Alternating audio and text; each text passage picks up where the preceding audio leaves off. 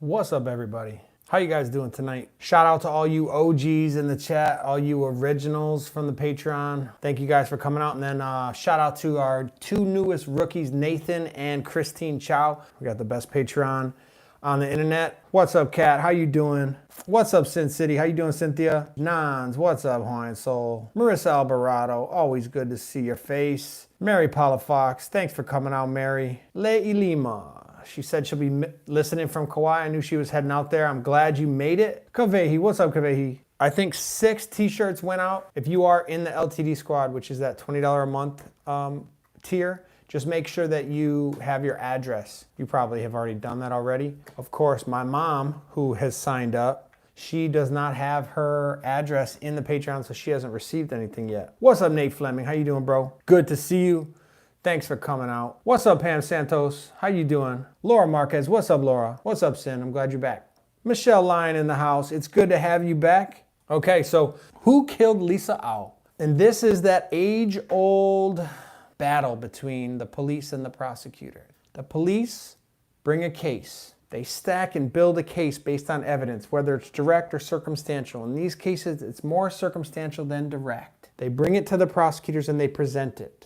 There may be enough to take this to trial, but it's the prosecutor's job to actually go to court. So the prosecutor reserves the right to say that's not enough, to win. And that's their job, is to win. Their job is not to take it to court and lose, because double jeopardy says you can't try that person again. So they will hold off unless they have enough to win. Sometimes the prosecutors want HPD to deliver them a case on a silver platter. Here, there's nothing you've got to do. Just let it play out on its own. Just read what we wrote and you win this case. But sometimes the police officers say, hey, we got you enough. Your job as a lawyer, as a prosecutor, is to convince that jury or that judge of how you interpreted these facts, which aren't necessarily direct evidence of the suspect's guilt, but circumstantial. It may be witness testimony. There may be physical evidence. But physical evidence can be circumstantial. A man getting shot by an AR-15 and another man standing next to him with an AR-15, and that bullet matching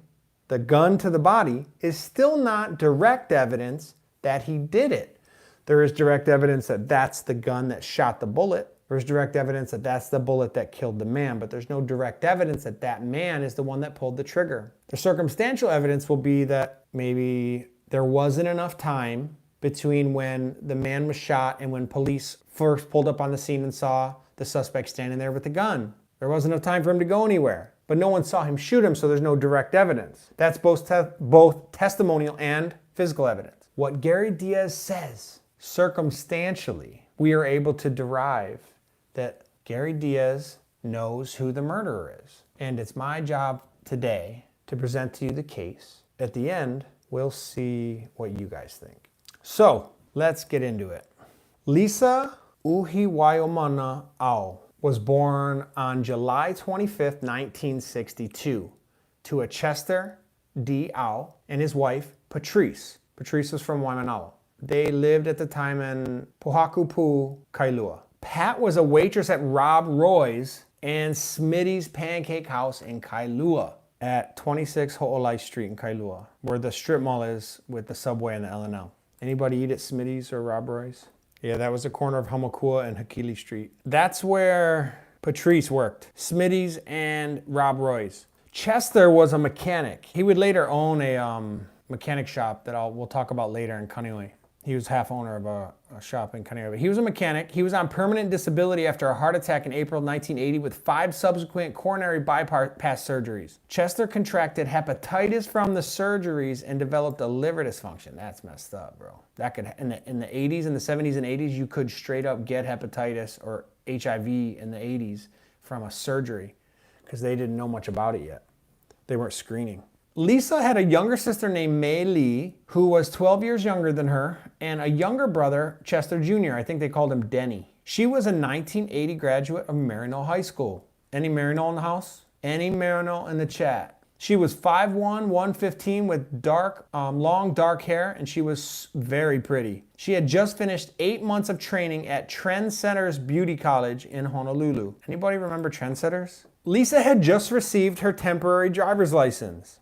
She was 19 at the time, which is crazy because in Hawaii, that's a thing. You guys So you guys wait till you're 18, 19, 20, 21 to get a driver's license. Depending on where you live, right? If you don't got to drive. I swear on the mainland, you got your license at 15 and 9 months. You're ready to go. You didn't waste any time. So Lisa had been a hairstylist at Susan Beers Salon in Kailua since June of 1981. Susan Beers was located at 116 Hikili Street in Kailua. Right now it's a parking lot. There's a First Hawaiian Bank right there. That's where Susan Beers used to be. She worked at Susan Beers since June of 81, so like 6 months. Everyone knew who Lisa was. She wasn't famous, but she was connected to everybody, as we can see. She had just recently moved out of her family home at 1218 Ulupi'i Street in Kailua. This was the house that her parents lived at. It looks like it's Enchanted Lakes. It's right by Kauainui Marsh.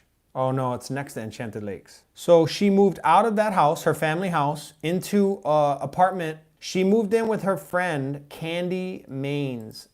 It was like a coworker of hers. In January of 1982, Lisa was 19 years old. She was dating a 23-year-old man named Douglas Keith Holmes, he's 23, she's 19. Doug lived at his mother's house. I don't know exactly where the mother lived. Like, I cannot confirm via direct evidence, if you know what I mean. It was supposed to be 136 Ha'okea Street in Kailua. The newspaper said Ka'okea, but the only one in Kailua I could find was Ha'okea, and that was the last residence that his father lived at when his father died 2 years prior to this incident. I'm pretty sure this is where Doug Holmes lived at the time. It's a pretty little farmhouse on Ha'okea. Dang, Ha'okea is right off the water in Lanikai. I mean, we're talking 1, 2, 3, 4, 5 houses from the water in Lanikai. Kavei said she just opened the link to the house and it's her friend owns that Ulupi'i house. No way. What a trip. I wonder if they're related or if they just bought the house. Doug worked as a waiter at Rob Roy's from December of 77 to August of 82, which is only a few months after all this stuff happened. No one ever mentions the fact that this dude works at the same restaurant that Lisa's mom worked at. I don't know why that was never connected.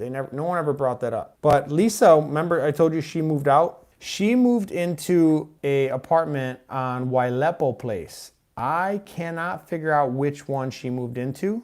That's Wailepo Place. And she moved into an apartment here on Wailepo Place. Could have been any one of these buildings. They're all multifamily. So she moved out of her family's house onto that Wailepo Place in Kailua. And on January 20th, 1982 at about 9:45 p.m., Lisa finished up work in Kailua at Susan Beers and told her coworker she was going to go see her boyfriend at his sister's house or apartment in Makiki. He had a sister named Chris. Chris had an apartment in Makiki, but Doug lived with the mom. So who knows what they were going to do? Some drinks, whatever. He's 23, she's 19. Who knows? Maybe some recreational drugs. Think of all the reasons why when you're 19 that you'd want to go to your sister's house, your older sister's house, instead of hanging out at your mom's house. Still makes sense. She did this against her mother's wishes. The last thing her mom said to her was, "Oh, Lisa, this isn't the night to go to a party." It was pouring rain outside. It was like hurricane action. One of those downpours that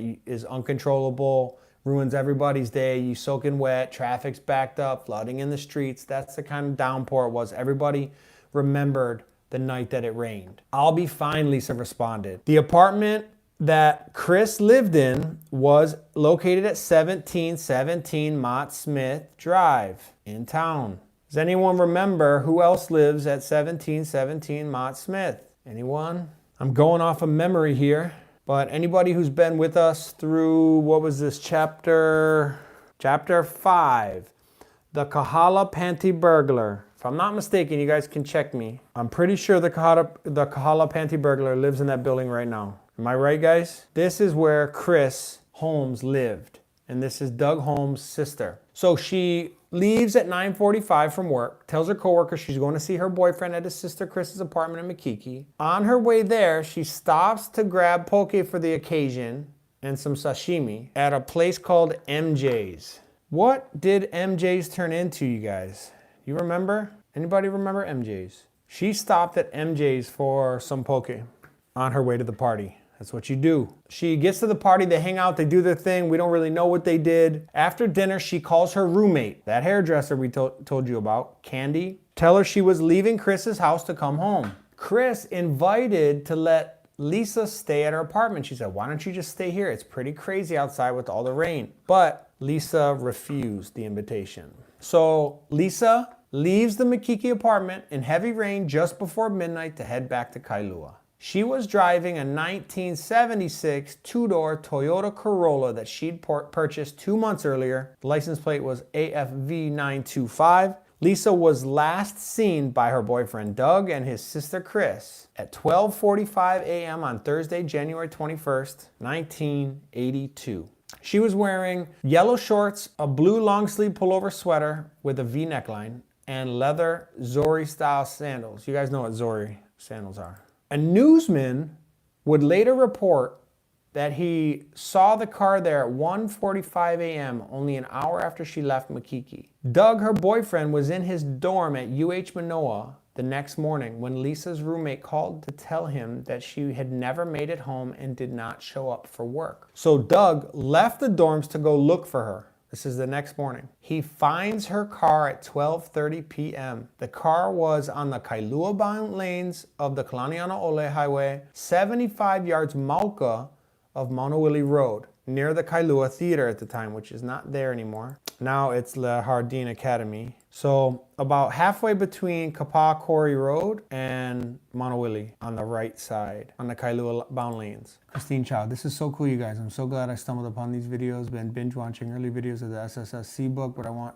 to kind of wait until I get the book before I watch the rest. I hear you. Thanks for checking in. First time, everybody. Give it up for Christine. It's our first comment in the live chat. Christine, I'm glad you came out, and I can tell you're going to love it. It's just the greatest. You're going to have fun, I promise. And they all get like this. And the way that the research kind of goes is I go through chronologically what happened in the newspapers at the time.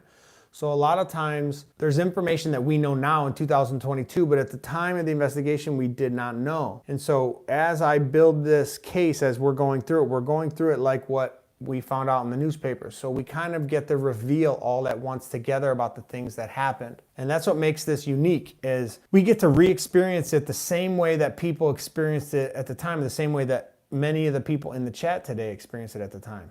So thanks for coming out. I'm glad you made it. All right, so this car, this brown Toyota Corolla, was about 100 yards from a public payphone, which they had at the time, and about 1 mile from her parents' house and only 2 miles from her apartment. The boyfriend found the car and called 911, and a police officer met him on the scene at the car. Now that officer wrote in his report, this is where things start getting interesting. That officer wrote in the report that Doug had scratches on his face. When her car was found, on the passenger seat was her purse, keys, some kind of package, extra clothing, and $1 and a bunch of change on the seat of the car. Her temporary driver's license that she had just received and her registration for the vehicle were missing. Her driver's side window was rolled down halfway despite the heavy rains that night, and her parking lights and windshield wipers were still on, but the battery was dead. The car seat was soaked and drenched, and there was 2 to 3 inches of water on the floor. That's the reporting officer who made that initial report, said there was 2 to 3 inches of water on the floor. That's a lot of water to have in your car, and her window was halfway down. The weird thing is Lisa's purse that was sitting on top of the seat was completely dried. Everything is soaked. The purse, completely dried, and everything in it. So the police left the car there to dry out so they could fingerprint and photograph it. They don't want to ruin anything.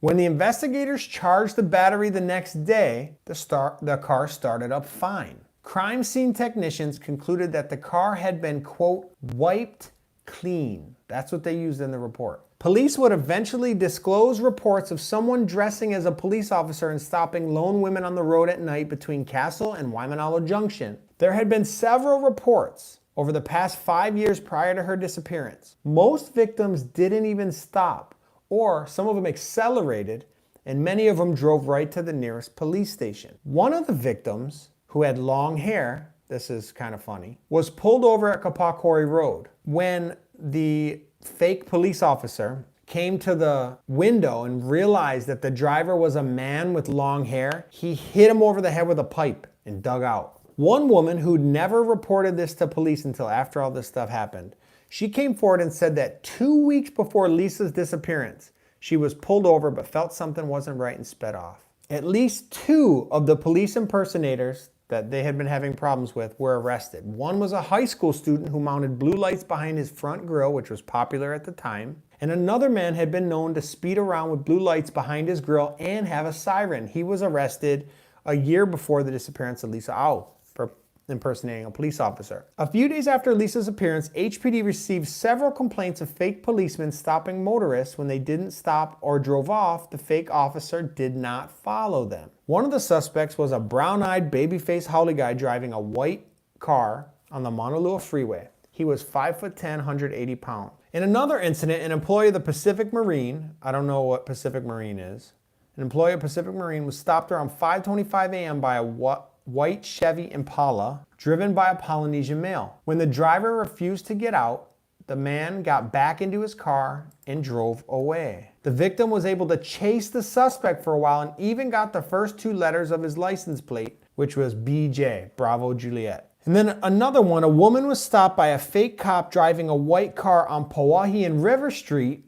later that week, but the man left when he saw a real policeman come around the corner. And then in a third incident, a woman was stopped by a haole guy in a white car in Laie on January 31st. We're talking 10 days. Within 10 days, we have 3 more incidents of fake police officers stopping vehicles. Later on, investigators would say that they believe this was just people that got the idea from hearing about Lisa Au and hearing about the conspiracy stories that they were hearing about what the suspect may have done or who the suspect may have been for Lisa Au. And then they got the idea that I could pull over women on the freeway and do what I want to them. So within 10 days, we got several incidents of this happening, plus police start revealing that they had been dealing with this for the past 5 years. On January 31st, 1982, 10 days after Lisa's car was discovered, 26-year-old Dale Sletvold found Lisa Au's nude, decomposing body in the brush off the roadway on Tantalus Drive. He was walking his dog when he smelled something horrible. He climbed down the embankment about 10 feet. He could see the body 25 feet below him. So 35 to 45 feet off the roadway was Lisa Au's naked, decomposing body.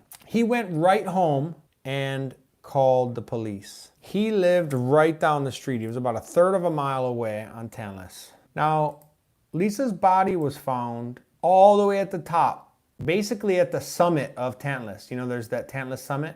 This is just below the telephone road at the top of Tantalus, right by the Pu'uohia Trail where everybody hikes. We've talked about Pu'uohia before because there's other bodies that have been found there. We've had a few cases where we found bodies on Pu'uohia. So the body was found off the telephone road, basically, where this dude was walking his dog. Detectives were notified and responded around 3:30 p.m. They investigated the scene for hours and then finally removed the body at about sundown on the 31st. The body was found face down in tall grass as if it had been dumped from the roadside and rolled down the hill. The body was horribly decomposed and fingerprints couldn't even be taken. Who knows what that was about? It's super wet up there, super moist, tons of pigs, tons of bugs. So it was horribly decomposed. They couldn't even get fingerprints, which they typically need to identify the body. But Charles Odom, who's the Honolulu City medical examiner, he said that he couldn't even determine the cause of death because of how badly the body was decomposed. Fortunately, though, for the identification process, there was a Marinol class ring on one of the hands with Lisa's initials engraved on it. And eventually they confirmed it was Lisa's body with dental records. That's when the case went from the missing person to the homicide case. And a man by the name of Lieutenant Bert Corneal was the commander of the homicide division at the time. So the body had been there for more than a couple days. They knew that because of how badly it had been decomposed. But days after her body was found, HPD had suspected it may have been one of their own, a Honolulu police officer. The officer in question was a 16-year veteran and Kailua patrol sergeant who was suspended on February 5th, 1982, just a few weeks after this. On February 8th, the officer's home was searched and his late model green sedan were taken to the Maine and processed. He was not arrested, but was brought in voluntarily to be questioned from 2 to 5 p.m. on the 8th of February. That day, Francis Kiala said that officer would be fired due to a misdemeanor sex abuse conviction. He was convicted on September 18, 1981 of second-degree sex abuse on a 14-year-old girl. He was initially charged with sexual assault in the first degree, which you guys know is a Class A felony and the most serious of the crimes that you can be convicted of in Hawaii. You have murder and manslaughter. They're their own types of crimes. Then you have Class A felonies. Those will include robbery first, which is robbery with force, like with a gun. You have sex assault first. You have kidnapping in the first degree. Those are Class A felonies.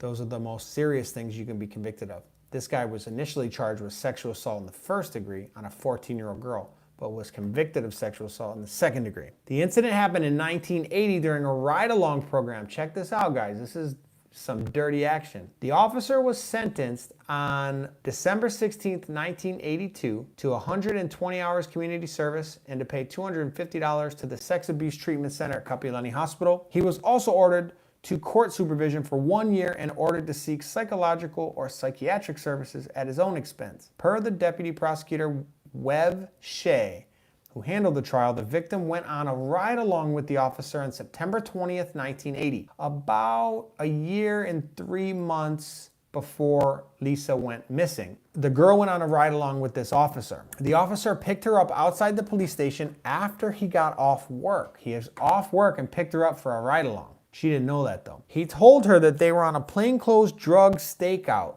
This freaking guy. He took her to Fort Ruger Park where he sexually assaulted her. Now it says the Fort Ruger parking lot. I honestly don't know where the parking lot is at Fort Ruger. So it must have been different back then. But apparently he took her to that parking lot where he sexually assaulted her. After he sexually assaulted her, this dude takes her for a soft drink and then drops her off at her friend's house where she was staying the night. She's 14. So this happens in 1980, right? Well, after the Lisa Au thing happens and hits the news, someone in the department leaks information to the news that HPD was investigating a police officer for the crime. This officer sexually assaults her, then takes her for a soft drink, and then drops her off at her friend's house where she's staying the night. Someone in the department leaked information that HPD was investigating a police officer for the crime. So it's all over the news, and all of a sudden they hit that it may be a police officer. Someone in the department leaks the information now that it's on the news. When the leak gets out, another female reports that she too had been stopped by this police officer while he was off duty. Police officers found out that this officer lived near Lisa Au, and it was also discovered that the young female who had done the ride-along made this sexual harassment complaint against him. They let everybody know, now the news knows. I think it was KHON because they got sued later. That officer was served his dismissal from HPD on February 4th, 1982 and given a 10-day suspension, 5 months after he was found guilty. His home was searched by police on February 8th in connection with the Lisa Au case. This made the tension grow and everyone grew suspicious of the police. Add to that the suspicion that several people reported seeing a subsidized vehicle, police car, behind Lisa's vehicle. HPD was concerned enough to outlaw the use of covert blue lights in the grills of police vehicles. Some people used these lights for fun because they loved gadgets. It was also allowed for police officers to do that, and it allowed them to stop vehicles when they were off duty. That all changed after the Lisa Au case. The public just wasn't okay with officers being able to stop motorists with the grill lights, and you couldn't see them until they were activated, which is like the big problem. This made it too easy for people to impersonate police officers. Because if you have real police officers who are using the lights that go behind the grill where you cannot see them unless they're activated, then people get used to seeing those lights. The thing is, when you take off your motor light at the end of the day, which is what motormen do, they have a big light on top and they just take it off at the end of the day and drive it home. When that motor light's off, you still have those lights in the back. So you can drive around and no one knows you're a police officer, but if you light somebody up, they have to pull over. They didn't like that action. Technically, those weren't allowed for the police department. Officers were given the big blue light for the top, but they would on their own insert those lights into their grills to make it look cooler, and then they could still stop people off duty. Why you want to stop people off duty? I don't know why. Are you flexing? I never wanted to do police work when I was off. So Chief Francis Kiala ordered that starting February 15, 1982, 2 days before I was born, No hidden blue lights would be used or installed on any of Oahu's unmarked police cars, and everyone who had them must remove them. It became a proclamation, and everybody had to listen to it, and that's when everything changed for HPD. Not only that, but the department instated a rule that required off-duty police officers to call for a uniformed and marked police car to assist in any traffic stop or police work. This is a full circle, guys, because as you are aware from previous live streams, I got in trouble. The one time in my career I got in trouble was when this pedophile, porn addict freak was watching porn in the play place at the McDonald's in Salt Lake, and I caught him watching the porn on his laptop computer facing his camera towards my children who were playing in the thing, and I confronted him and it turned into a big deal. I told the manager that he should trespass him. I took a photo of the guy. But that's why I got in trouble, because you are required as a police officer to notify a working uniformed police officer when you feel like you have to badge somebody. If the badge ever has to come out and you need to utilize your authority as an off-duty police officer, you are required to call for a uniformed officer to document things. I did not do that. So this dummy made a complaint. I got in trouble for that. So that's what this is all about. This is the law that made that happen. Not the law. This is the policy that was created. Is because of this freaking case that I got in trouble. I got written up that I never called for anybody, even though I never did nothing wrong. This guy was a pervert looking at kids. Okay, so the Honolulu medical examiner was unable to determine cause of death, but he did say that no bones were broken and there was no mutilation of the body of Lisa Au. An investigative grand jury was assembled and secretly met 5 times from August 1982 until December of the next year. They studied evidence to see if they had enough to charge one of the suspects. There were 2 suspects and they wouldn't release any information. They decided that there was not enough evidence to indict. In the days following her disappearance, hundreds of people and investigators searched the area for signs of Lisa. Police found a recently inhabited tent 50 feet from where Lisa's car was found, but that lead didn't go anywhere. They realized that that guy was not involved. Lisa's funeral was held at Nu'uanu Memorial Park Mortuary on Saturday, February 6, 1982. Mass was held at Sacred Hearts. She was buried at Valley of the Temples. HPD's missing persons detail even followed up on information given to them by psychics because they were so desperate to find Lisa's body. So later that year, the homicide lieutenant, frustrated with how the department investigated the murder, left HPD and started his own private investigations company called Cornell and Associates. His first clients, Lisa Au's parents, along with their attorney, Roy Chang. So Cornell said that HPD did shoddy police work and completely neglected warm leads because they were stuck on investigating the killer cop theory. Cornell said he had evidence that debunked that theory, and so did they. Cornell said the grand jury proceedings were a waste of time, and he contends the push to go after an officer was all due to intense public pressure towards an arrest. So he's saying they were so pressured by the public to arrest somebody, and they were so stuck on proving that this cop had killed Lisa Au, that they missed credible leads and warm leads at that to find another suspect that he said he had evidence of. They had formulated premature conclusions, Cornell said, adding they jumped on any clue that pointed to the police officer's involvement. Cornell says the killer cop theory was based on only a few clues and should never have been pursued at the cost of other leads. Investigators believed it was a cop because her temporary driver's license and registration were missing, and that the driver's side window was left down. One of the other reasons was that that officer was a neighbor of Lisa Au. And then there's that sexual harassment complaint made against him by that young woman. So check this out. Remember, the homicide lieutenant at the time, he quits after this case and goes and starts his own private practice. His first customers are Lisa Au's parents. This guy on his own says that HPD did shoddy work. They were stuck on the killer cop theory. So he starts investigating everything else. He starts answering questions and finding things out about this case that HPD wasn't able to do. Cornell says that Lisa Au used her temporary driver's license at MJ's to buy poke. She wrote a check, and we have that check for $2.80. She bought poke, which is crazy when you think about inflation, right? She paid $2.80 for probably a couple pounds of poke, if I had to guess. She wrote a check. She needed to use her temporary driver's license, which she had recently just been issued. Cornel visited that MJ's and discovered that she had forgotten it at the store. He checked her lost and found, and they had her temporary driver's license there. The cops never found that stuff. Cornel also found a security guard at Chris's apartment at 1717 Mott Smith. His name was Thomas Thornburg. Thomas said he saw Doug and Lisa arguing in the lobby of the condo at 11 p.m. and that Doug left the apartment right after Lisa did. Now, Doug told the police that he went back to his UH dorm right after Lisa left. So technically, this doesn't conflict with anything he said. Now, he didn't mention they argued, but the security guard mentions he saw them arguing.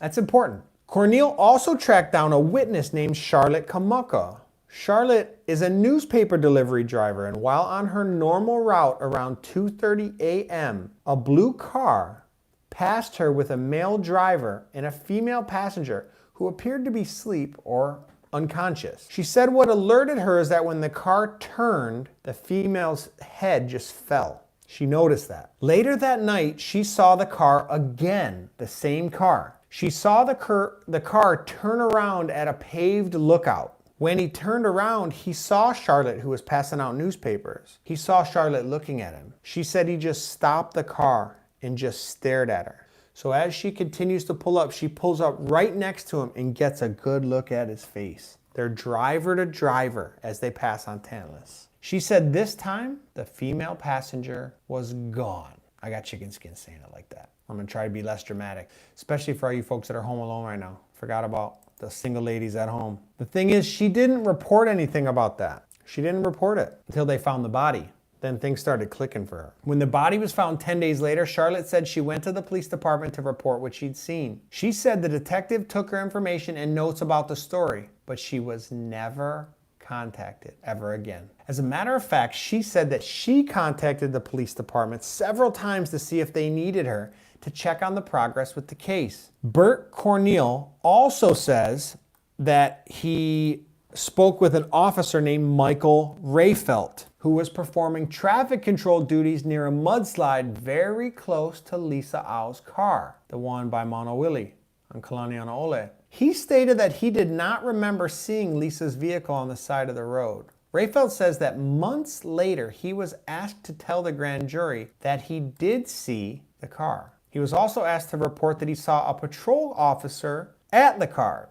Rayfelt says that he refused to lie and that he never testified for the grand jury. That's interesting. However, I did find this testimony from Rayfelt later. It conflicts with what he later told Cornel. Pay attention to this. This is crazy. Officers Michael Rayfelt and Mark Porritt told psychologist Jack Annan on February 11, 1982, 20 days after the murder, that on the night of the murder, they had seen two cars parked at the location where Au is believed to have been abducted. Rayfelt told Annan that he believed Au was, quote, worried and didn't trust the person that was with her until she saw Rayfelt nearby. He was in a uniformed police car. And I think that when she saw me, Rayfelt said, she trusted it, thinking that the man that was standing with her had called it in on the radio. Police have said they believe Au was kidnapped by a man impersonating a police officer. Rayfelt said he saw the cars on 2 occasions that night. He said he believed Au was doubting whether the man stopping nearby was actually a policeman. Because I went by and I saw the car window was down a little bit on her side. I think not only because it was raining, but because I think she kind of just slipped her driver's license out the window when he asked for it, not trusting him. When he passed by the cars, Rayfelt told Annan he saw her peeking over the window at me to make sure I was a policeman. I had my dome light on and everything, which kind of haunts me to this day. Because, like I said, I feel like I'm almost an accomplice, that I gave her that feeling of false security. Chang said that Annan interviewed several police officers as a part of the Au investigation. Annan would hypnotize them at points in interviews. Chang said Rafael and Purit were not under hypnosis when they told Anand they had seen the cars parked on the highway. So this is something that the psychologist reported he was told by Rafael. But Rafael is saying that he never saw the car. So there's a little bit of a conflict there. It may have just been he didn't see the car in that position or in that place. Apparently there was that other officer that saw the traffic stop as well. Here's the thing that brings this whole police officer thing to an end, is that later on they had found the temporary driver's license at the MJ's. Well, Bert Cornell would also find her registration. Both the driver's license and the registration were found and just weren't at the scene, which takes a whole leg out of the theory that it was a police officer. The only reason they thought it was a police officer was because she was missing the driver's license and registration and her window was rolled down. And some people had reported seeing a police officer behind her vehicle. The week of May 10th, 1982, HPD concluded its investigation and submitted its findings to the prosecutor's office. They had settled on a suspect. Police sources told the Advertiser that there might not be enough evidence to charge for murder. Apparently there was a surprise witness who came forward saying that he saw the suspect take Au into a car near where her car was found abandoned. Additionally, police found physical evidence to support the claims of the witness, and we'll talk about that later. Now, I know that Douglas Holmes was interviewed shortly after the murder. He was given 2 lie detector tests at the station, and the boyfriend failed both of them. Holmes said when he was pressed on why he would fail 2 lie detector tests, he said that he felt guilty for having made her drive in the rain, even though she was an inexperienced driver. Remember, she just received her temporary driver's license. Lead Detective Nelson Lum said that that was an acceptable explanation, that Doug Holmes had no motive because Lisa wasn't pregnant, there was no money involved, and there was no third party. There was no cheating involved, so he had no motive. He was interviewed again in March and again on July 26th the following year at 10 a.m. at 1186 Bishop Street, Suite 902 in Honolulu. Now, at the time of the interview, he worked a summer job at a place called Pacific Analysis as an engineer's assistant. He'd worked there since June. On August 5th, 1982, a grand jury was brought together to hear whether or not there was enough evidence to move forward with the case and bring charges against the suspect that they had. They met again in November. Nothing came of it.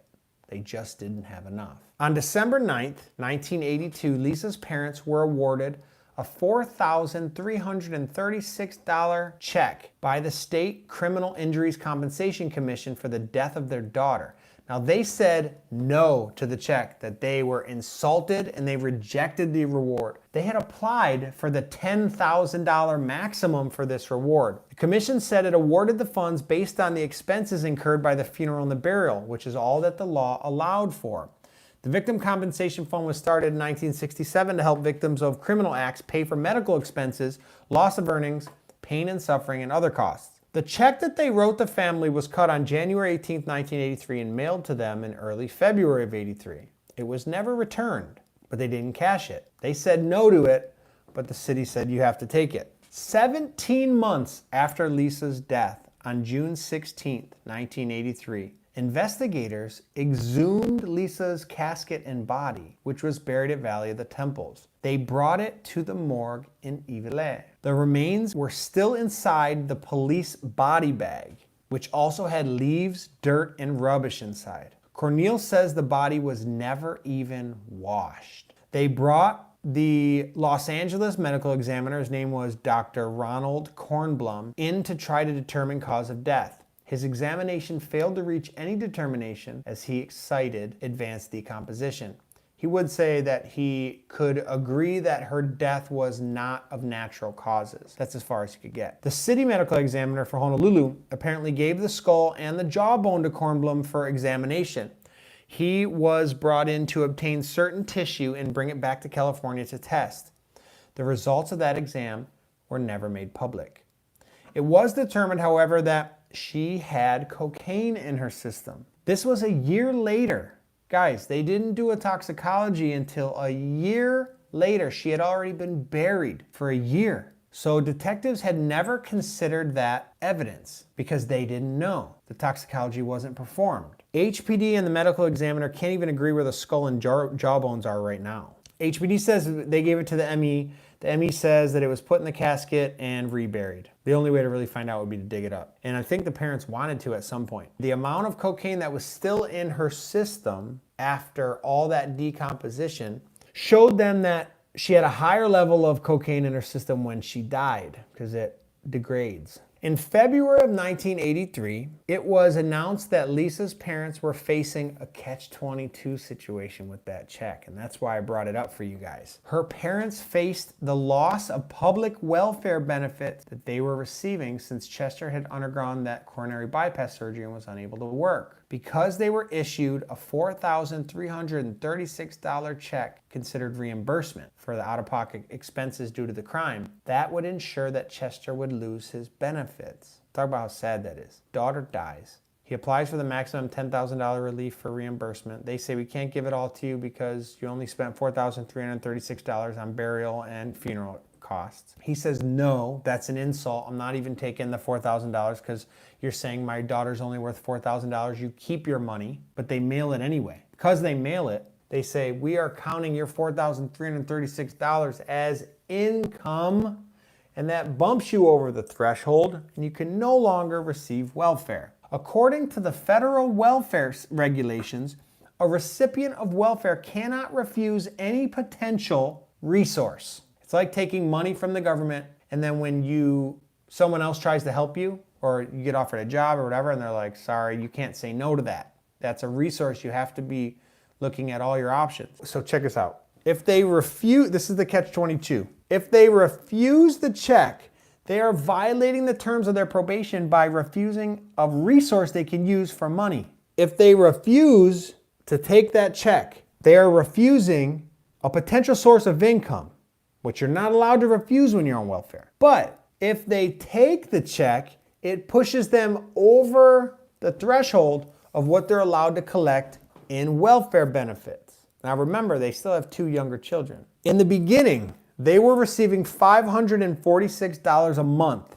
Later on, the checks had fluctuated to between $49 and $126. The family also received Medicaid and a $302 a month food stamp reimbursement. So you take the $546 and the $302, you're looking at $848 plus Medicare a month. At the time, Pat was bringing home $650 a month as a waitress. Their mortgage was $496. If they accept the check, they lose their basic monthly grant and food stamps. That means they would lose, more importantly, they would lose their medical coverage, which paid for Chester's doctor's bills. Remember, he had 5 coronary bypasses. At the time, private medical insurance was like $100 a month. So he couldn't afford that. So this hits the news and everyone's like, yo, that doesn't make any sense. Everybody was like feeling sorry for Lisa's parents. But on February 19th, 1983, the Aus were notified that they would lose their welfare grant for 8 months, but retain their medical coverage benefits. So they had to basically go to trial. And the judge ruled that, hey, we shouldn't count this as income, so don't let him lose his Medicaid benefits. What he did lose was $106 a month in welfare payments and $300 a month in food stamps. So he lost $406 a month for 8 months. That's $3,200 in losses for a $4,336 check. So technically he's net positive $1,136. He would qualify for welfare again once their savings account dropped below $1,500. I didn't know that was a thing, but apparently if you have a savings of over $1,500, you can't be on welfare at the time. But I did find this article. This was posted March 31st, 1983 in the Advertiser on page 19. You can find it in the notes if you go check out. Everybody who's new here, you can always go look in my notes in the Patreon that I posted. I attached to that post, the latest post for this live stream. And you could go through all my notes, see all my resources, all that good stuff. There was a article on March 31st, 1983 in the Advertiser that talked about something that recently aired on TV, and I thought this was interesting. There should be a cry of outrage in this town against Saturday night's rerun of an old, particularly despicable episode of Hawaii Five-0. It was a story about a cop, or an ex-cop, in uniform, driving around in a car with an official blue light who rapes and murders 4 young women. It's an old film made long before the Lisa Au murder, and one couldn't help but wonder if it might have incited that ghastly crime. How could Channel 9 be so insensitive to show this loathsome thriller Or was it perhaps shown just to see if we are still really outraged by the still unsolved Lisa Au murder? In another 3 years, we may have forgotten. What a trip, first of all. We all see those things where, like, you see a Simpsons episode about coronavirus, right? This would have been late 60s, early 70s. I don't know, my guess is at 1972.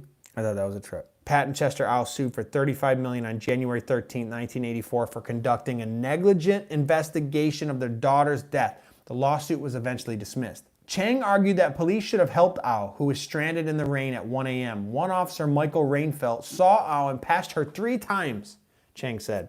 Rainfelt admitted he had a duty to stop and assist her, the attorney said. Another officer, Mark Porritt, saw Au's car, another car, and 2 persons standing outside in the rain, Chang said.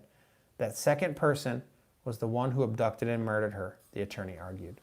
So we have 2 officers, Mark Porritt and Mike Renfeld, who did see her car. The one, Porritt, said he saw another person standing outside her car with another car behind her car. Mike Renfeld said he passed her and that he had his dome light on and that he felt like it made Lisa comfortable that he was there and that he gave that officer her driver's license. And he was one of the ones that made everybody think, hey, maybe this really was a fake cop that did this. Thing is, he knows that cop that got arrested for the sex assault. He knows him, but he didn't say he saw him there at the scene. See what I'm saying? So that's interesting. And then in 1985, Nelson Lum worked at HPD. He was a police officer. He announced that the police officer they suspected of the crime was innocent. It took 3 years for him to declare that that officer was innocent. During the civil case and in the trial, Lum testified that the reason other suspects weren't investigated was because they wanted it to be a police officer because they thought they were close. Lum said that when he interviewed Holmes, who was the boyfriend, Holmes said he was going to end their relationship, mostly because she wasn't really going anywhere with her life, and that he was going to school and making progress, that would make them incompatible. Later in 1987, the Aus appealed their lawsuit, but it was dismissed again by the Supreme Court. The Au family again sued the city for a second time on January 20th, 1988, claiming that a police officer murdered their daughter. They sued for $4 million at the time, but that case was also dismissed. Let's talk about this police officer. The officer's name is Sergeant Thomas D. Byrne, and you will not find that in any of those articles. And I believe he's 80 years old and still lives in, I think he moved to Vegas. He was the first suspect in the Au murder. He sued KHON and Joe Moore for $20 million for mentioning his name in a 1982 broadcast. The case was thrown out. It was thrown out because even though he was mentioned, and remember at the time their policies at the Advertiser and the Bulletin and KHON, all these places were to not name the suspect if they were not arrested. Because if they weren't arrested, there wasn't probable cause. And without probable cause, he probably didn't do it. So for liability's sake and for defamation issues, they didn't want to release people's names. However, KHON in their broadcast, because none of these other newspapers or news sources ever mentioned him, but KHON, they mentioned him, but what they said was that police had brought him to the station and interviewed him, and that they had searched his home, and that was true. They repeatedly said during the interview that he was not arrested in that case. So technically, they did not defame him, which is why that lawsuit was thrown out. Even though they broke protocol, and in the lawsuit, he brought that up. He said, how come these other guys never named me? They didn't name me because I wasn't arrested. They didn't name me because they didn't want to defame me. He tried to use that in his court case. It didn't really work because this was defamation, and they said, hey, even though it's the policy of some news organizations not to release the names of people unless they're arrested, technically, all they did was report on what really happened. Your house was searched. You voluntarily went down to the police station to get interviewed. So they didn't do anything wrong. Byrne was a neighbor of the Au family and knew the Au family. This dude had received awards over the years as a policeman, and they go all the way back to 1966. Check this out. Officer Thomas Byrne will receive the Certificate of Merit Award during the ceremony. Byrne is credited with saving the life of a 2-year-old child during a parade on June 11, 1966. He was directing traffic at the corner of Pi'ikoi and Kapiolani when Miss Pansy Ondayog of 379 Gulick Avenue came running up to him with her daughter, Thora, in his arms. The child was already turning blue and had stopped breathing. Byrne checked the child, found objects in her throat, and took them out. He then gave mouth-to-mouth resuscitation. As soon as the child began to yell and kick, Officer Byrne returned the child to the mother. He then turned his attention to the oncoming parade. That was the first article. The next one I found about him, that he must have been a rookie because he was there 16 years, which had ended in 1982. Next one was 1967. He's got a year in the department. Knife-wielding man disarmed is the title. A police officer disarmed a man of a 27-inch cane knife. Can you call it a cane knife if it's 27 inches long? Isn't that just a machete? In the 600 block of North Kukui Street in the Palama area shortly after 3 p.m. Officer Thomas Byrne asked Gerurio Peralta 3 times to drop the knife, but Peralta continued to move toward him, Byrne said.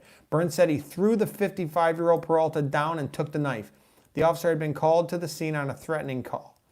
Peralta, who lives at North Kukui Street address, was charged with being offensively armed.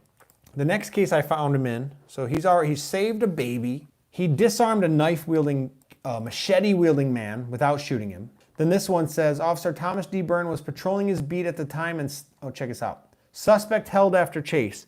An alert police officer foiled a burglary late last night when he spotted a man loading something into a car parked near the International Industries Hawaii on Ala Moana.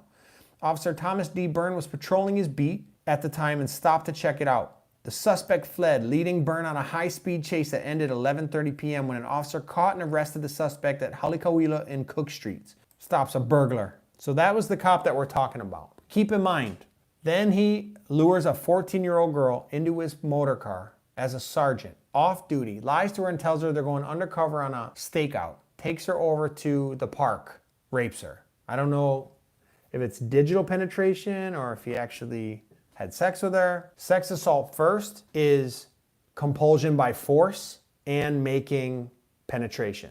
So if it passes through the plane, that is sex assault first. Whereas if you touch it, but you don't go in it, that's sex assault second. And compulsion is really important. The fact that he was a police officer is compulsion enough. The dude's got his gun on him. That's why it was sex assault first that he got charged with. So that's that same dude who was a hero and saved lives and did all this other stuff, did that to a 14-year-old chick. And then settled, instead of like a bunch of charges on sex assault first, settled on one charge of sex assault second and received like, I don't know, what was it, a $150 fine and 100 hours of community service? Freaking unreal. All right, guys, so remember, when they found the body and it was announced that a police officer was a suspect in the case, a Kailua supermarket cashier came forward on February 5th, 1982 and reported that Byrne had pulled her over the night that Au went missing, that he had pulled her over on the Puli Highway. The same night with the downpour. That day that she made that announcement, Byrne was suspended. Byrne admitted to investigators that he had pulled over a woman on the Puli that evening for driving erratically. He said he did not pull over Au, but in the same area pulled over another woman. But he did not admit to that until the woman came forward and said, I was pulled over by that officer the same night in the rain, which puts him in the area doing the same MO that the murderer would have done. There's direct evidence, which is that she saw him there, but it's testimonial evidence, so you have to take into account her credibility, but also it's still circumstantial. Yes, she saw him there. That's direct. But the circumstantial evidence is that no one saw him doing that to Lisa Au. Just that we know he's doing the same thing as the killer did in the same area on the same night. Same thing, same area, same night. But one more thing happened, and we didn't talk about this earlier, and I didn't find this out until literally today. Honolulu, the people of Honolulu did not figure this out until years later. Remember, this was secret grand juries meeting and trying to figure out who the suspect is and if they have enough to convict. This dude was their suspect. They kept tight lips on what they had. On February 9th, 1982, one day after they searched his house, investigators brought in search dogs, search and rescue dogs that are trained to find drugs and explosives and missing people They brought those dogs to the police station. They were given Lisa Au's scent, and then they were let loose in the HPD parking lot amongst all the other police cars in that parking lot. And I can tell you there's a lot. This would have been the Pawa station, which is at Pawa Park, at the top of Kaheka and King Street. In the midst of all the other police cars, they just let these dogs go looking for Lisa Au's scent. Those dogs ran right to the trunk of Thomas D. Byrne. Let that sink in. This dude was convicted of raping a 14-year-old on duty in his motor car. He admitted to and was identified as doing the same thing the suspect in the Lisa Au murder did in the same area at the same time. And police search dogs were given Lisa Au's scent and let go in the parking lot, and they ran directly to his car and alerted to his trunk. No one knew this at the time, but the grand jury knew. The problem is we don't know what those dogs alerted on. We really don't. They're dogs. They can't tell us. That's why dogs alerting isn't conclusive evidence. It's not direct. It's circumstantial. It helps. It helps develop reasonable suspicion, maybe a probable cause in some circumstances. But it doesn't tell us what that was. All that evidence that I just presented to you about Thomas Byrne is what we call circumstantial. We have zero direct evidence placing him at the crime with Lisa. So when all this evidence was given to the grand jury, they just didn't have enough to indict. But there's more. There was one more suspect that we talked about. Doug Holmes, Lisa Au's boyfriend. Let's not forget, this guy who wasn't being looked at because the police wanted that police officer Thomas Byrne convicted so bad. Because it looked horrible. The dogs hit on his trunk. He's doing the same thing in the same area at the same time, and he was a convicted sex assault sexual predator. And he lived next to Lisa Au. They were convinced he was their suspect. But there was the other suspect, Douglas Holmes. He failed 2 lie detector tests, you guys. And this is not like a pass-fail where it pops out a machine and goes, you failed. There's a person looking at you, asking you questions and looking at your results. He knows what you're lying on and what you're not. There might be 100 questions, and he knew where you were lying. And they narrow you down. They squeeze you like a tube of toothpaste. They get it all out, down to the very bottom. Well, here's the kicker. This will give you chills. What was also released 10 years after this murder, on August 6th, 1983, that newspaper delivery driver that we talked about, her name was Charlotte Kamuka. Once the body was found 10 days later on the 31st, she came forward and told police, hey, I saw a blue car, Caucasian male in a blue car, up Tantalus, where the body was found, at 2:30 in the morning. When the car drove past me, because I was passing out newspapers, the car drove past me. On the passenger side, I saw a female in the car, but when they went around that turn, that female's head fell down. And she said, I noticed it because it troubled me. And then I kept doing my route and saw the car again, and then saw it a third time. And when it turned around, it faced me, and it sat there and stared. Finally, I kept doing my route. The car went past them, and she said, there was no woman in the car. Same car, same driver, same area, no woman. Remember that? That's Charlotte Kamuka. She went to the police station and reported it. They took down notes, took her information, never called her again until that officer, Cornel, quit HPD, started his own private investigator firm, and went and worked for the Owls. Then he went and talked to her. On August 6, 1983, Charlotte Kamuka identified Doug Holmes as the man she saw driving the car on Tantalus the night of the murder. Remember, he pulled up right next to her, driver to driver, and she saw him, and there was no girl in the car anymore. She picked him out in a photo lineup. The prosecutor, however, was critical of her testimony and of her identification because apparently she'd given 3 or 4 statements over the course of a year. And they all pretty much varied a little bit each time until she eventually settled on Holmes. 10 years later, Inside Edition came out and flew Bill O'Reilly out to Hawaii, and they covered the Lisa Au murder. This brought the case back into the light. And this is when Gary Diaz officially reopened the case. Lisa's murder drove Chester and Patricia apart, and they divorced in 1990. On January 2nd, 1992, lab tests were unsealed, the 10-year expiration of the case. Remember, they sealed them for 10 years, and revealed that Au had cocaine and possibly meth in her system. Cocaine was important because Lisa Au's friends all said that she didn't use drugs, apart from maybe some marijuana occasionally. And that's important because there are people that they didn't look at because they didn't know they were lying. But then looking back, you see there's people, her friends, that said she didn't use drugs, but we know she had cocaine in her system. That would have changed some things with how, that would have been lies they could have tried to nail down on some of the friends and see what they were hiding. Because if they'll lie to you about that, what else would they lie to you about? Who she was hanging out with, what she did that night. Those drug tests weren't done until the body was exhumed years later. And that's a problem. Now, Cornel, the private eye, he said that it was because they were focused on Byrne as the suspect, not on Holmes. So they didn't do the drug tests when Holmes knew her friends, right? Kauai forensic toxicologist Quentin Bells was the only toxicologist in the state of Hawaii at the time and received Lisa Au's tissue on January 12, 1983, a complete year after she died. He took tests and performed all his exams on her, and he completed them on February 2nd, 1983, about 3 weeks later. He said that she probably had more cocaine in her system than what we were thinking because it was still in her system after all that decomposition. But he said that the methamphetamines that he found in her system may be a natural result of the decomposition because amphetamines are a natural process that happens with decomposition because they found trace amounts of amphetamine. So because it had been so long, there was no way for him to really tell. But the fact that the toxicologies were not performed until a year after when the body was exhumed,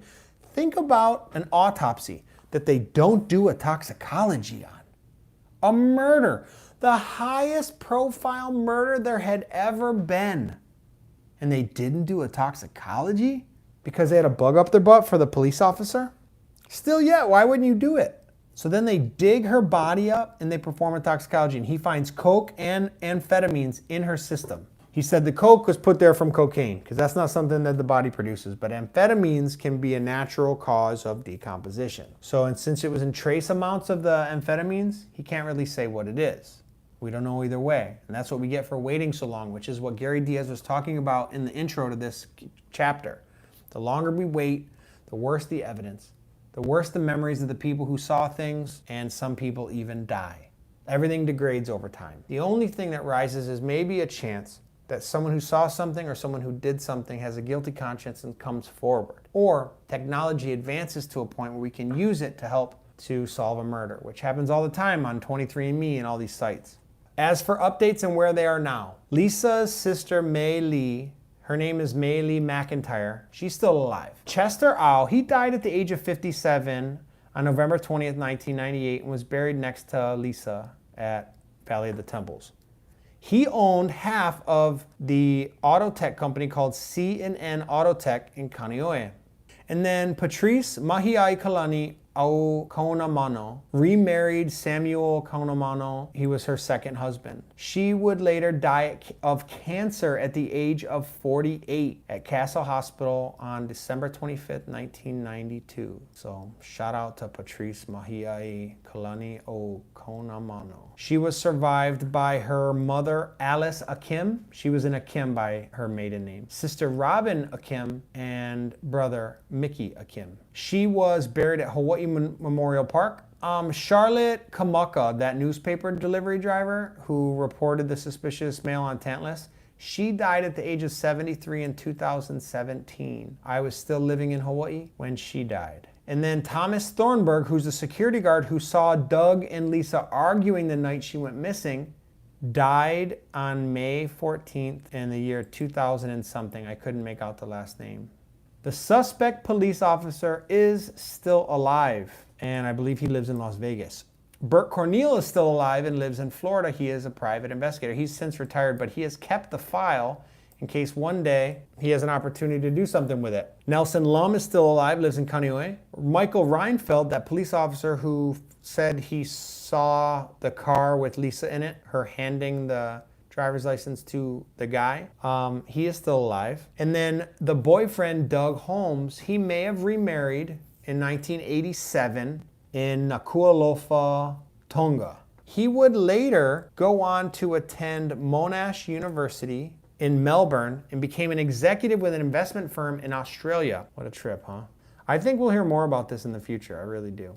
What a crazy case. Like, as much as I've heard about Lisa Au, and everyone always told me to do stuff about Lisa Au, finally it happens. Still unsolved. Could have been her boyfriend. Could have been the police. Either way, the police did a bad job.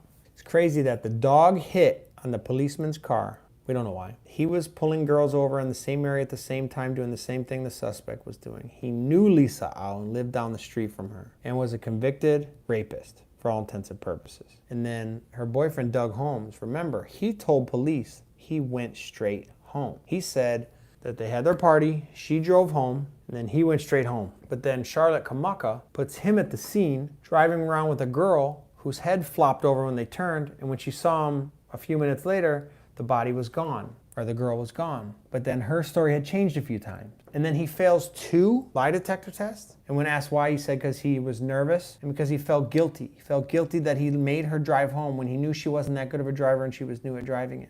And then there is some other evidence, guys. There's a lot of evidence that we don't have access to. The reason for that is that this is still an ongoing investigation. And there is a cold case squad now at HPD. And they go through these things. And I'm convinced they're looking into this.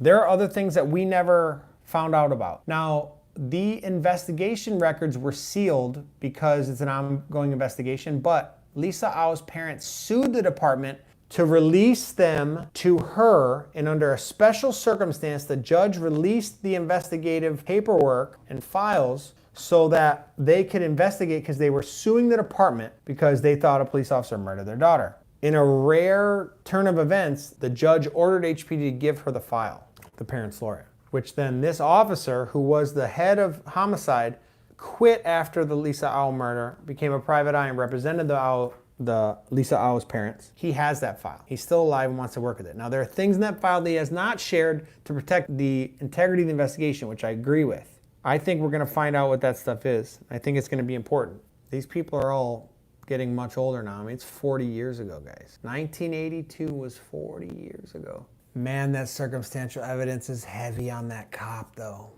I see why they get caught up.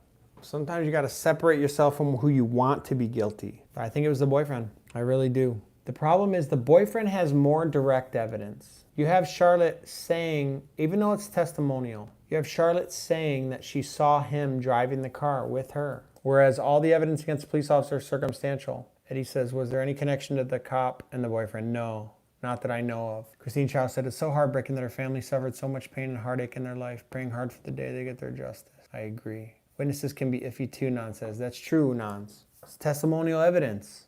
But everything they had against the cop was testimonial. I think that eyewitness testimony is weaker than the law gives it account. I think that we give too much to testimonial evidence. But the truth is this, guys. Remember, it comes down to a judge and a jury of your peers deciding if there was enough. Sometimes it comes down to who tells the better story, unfortunately.